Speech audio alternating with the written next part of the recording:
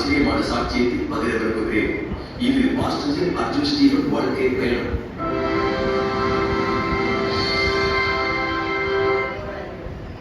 அவர் 1965ஆம் ஆண்டு தமிழ்நாட்டில் கன்னியாகுமரி மாவட்டத்தில் உள்ள அரண்மனை என்ற சிற்றூரில் பிறந்தார். அவருடைய வாழ்க்கை வறுமை கோலமாக இருந்தது. ஒரு கோவிலில் திருவிழாவில் இருந்து திரும்பிய பிறகு அவர் மன அமைதியை இழந்து உயிரை முடிக்க வேண்டும் என்ற அளவுக்கு துயரத்துக் கொள்ளாகிறார். ஆனால் தேவனுக்கு வேறொரு திட்டம் இருந்தது. அவருடைய வாழ்க்கையில் ஜே ஐசக் என்ற ஒரு கிறிஸ்தவ சகோதரர் வந்தார்.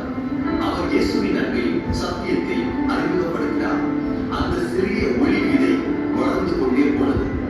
21 வயதில் அர்ஜுனன் இயேசுவை ஏற்றுக்கொண்டார். பின்னர் பரிசுத்த ஆவியால் நிரப்பப்பட்டார். புதிய பெயராக அர்ஜுன் ஸ்டீவன் என்று அழைக்கப்பட்டார். இருந்தாலும் முழுநேர கிறிஸ்தவ சேவைக்குள் வர அவர் தயங்கினார். 1990ஆம் ஆண்டு உபவாசமும் ஜெபமும் அவர் தன்னைத்தானே முழுமையாக அர்ப்பணித்தார். அதே ஆண்டில் கடவுள் அவருக்காக அமுதா என்ற ஒரு துணை வாழ்க்கையையும் துணையாக தேர்ந்தெடுத்தார். இயேசுவுக்காக முழுமையாக அர்ப்பணித்திருந்தவர் அவர்கள் 1990ஆம் ஆண்டு ஜூன் 4ஆம் தேதி அன்று திருமணம் ஆனார்கள். ஈசி அரும்பாக்கம் பாஸ்டர் தாமஸ் அவர்களின் ஊக்கத்துடனும் அவர் இந்துஸ்தான் பைபிள் கல்லூரியில் சேவை சம்பந்தப்பட்ட படிப்பை 2 வருடங்கள் பயின்று முடித்தார். பின் அவர் மற்றும் அவரது மனைவி பெருவிளக்கு பகுதியில் தேவனுடைய சேவையை தொடங்கினர். ஆரம்பத்தில் ஒரு வாடகை வீட்டில் சிறுவர்களுக்கான ஞாயிறு பள்ளிக்காகவே துவங்கியது.